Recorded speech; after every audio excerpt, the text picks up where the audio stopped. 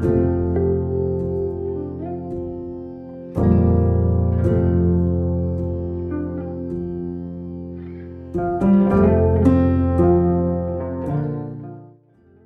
Grace, I'm Diana, and I am so excited to get to share with you what God's been teaching me about the concept of freedom and His intentions for that.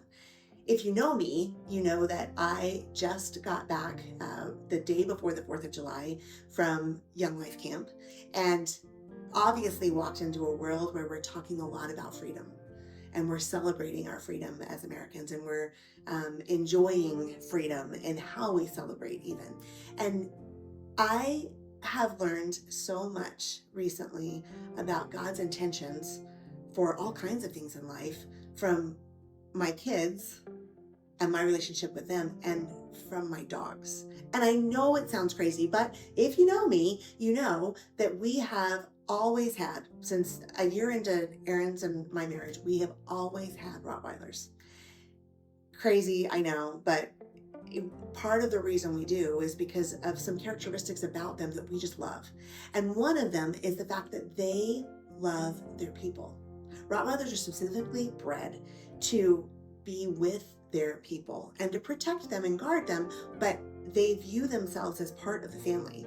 Like literally, when we talk about dogs thinking they're people, we laugh because we're pretty sure that ours actually do. And they are super funny about wanting to be with their people and you can see them being so content when all of us are together. And it's kind of funny because for being such a confident dog, you would think that they would be totally and completely fine wherever you take them. And to some extent they are. But this is what I noticed recently. We actually have a very large yard, and so it's fenced off, and they are very content within it. And they have no problem when the gates open, going for a little walk and hang out. But they become very insecure when they realize that their people aren't with them. They are completely okay in their freedom being out and about. They know who they are, but they kind of lose some of their identity when they're not within the boundaries that they were made for, when they're not with their people. They love to go for rides. They love to go out with us. But when we leave them, even for just a second to go get groomed, or we turn our backs for a minute to walk away a different direction, they immediately come close to us because they were made to be with their people. And friends, I think that is what, when Paul was talking about freedom in Galatians, this is what he says. He says, it is for freedom that Christ has set us free. Super interesting. It's for freedom that Christ has set us free. And I think the way the world says that, we interpret that as freedom means I can do whatever I want. But Paul goes on and he explains that freedom that Christ has set us free for. He says, stand firm then.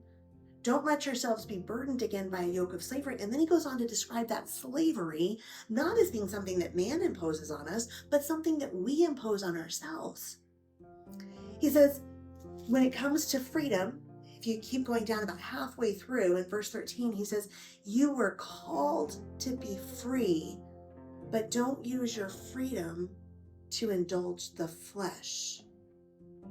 Wait, don't use your freedom to do whatever you want to do, whatever your heart desires. Wait, isn't that what the world says? Freedom means that I can do whatever I want, and yet God's word says you were called to be free, but don't use your freedom to do that. Rather, and I'm just reading it, I didn't write it. Verse 13 says, rather serve one another humbly in love. For the entire law is fulfilled in keeping this one commandment. Love your neighbor as yourself. So I say, walk by the Spirit. You'll not gratify the desires of the flesh. Interesting. Do things God's way, and you won't be doing things the way that your nature says to do them. For the flesh desires what is contrary to the Spirit what is contrary to the flesh. They're in conflict with each other, so that you are not to do whatever you want. You see, friends, I think that sometimes we forget that just like my dogs were bred for relationship with people, The Bible very clearly teaches us that we were made for a relationship with God. And what that means is that in doing a relationship with God, there are boundaries, kind of like the fence, kind of like a family. There are boundaries that we're supposed to stay within. And the freedom that we've been set free to is the freedom of living like we know who God is and that we believe that we can trust him. And that's what that freedom is. It's not the freedom to do whatever we want. It's actually the freedom to do whatever he wants, because that's what we were made for. And that's when we live life to the fullest. So friends, the challenge, I think, for me, for sure, is to live like I believe that God meant what he said. That's what freedom is.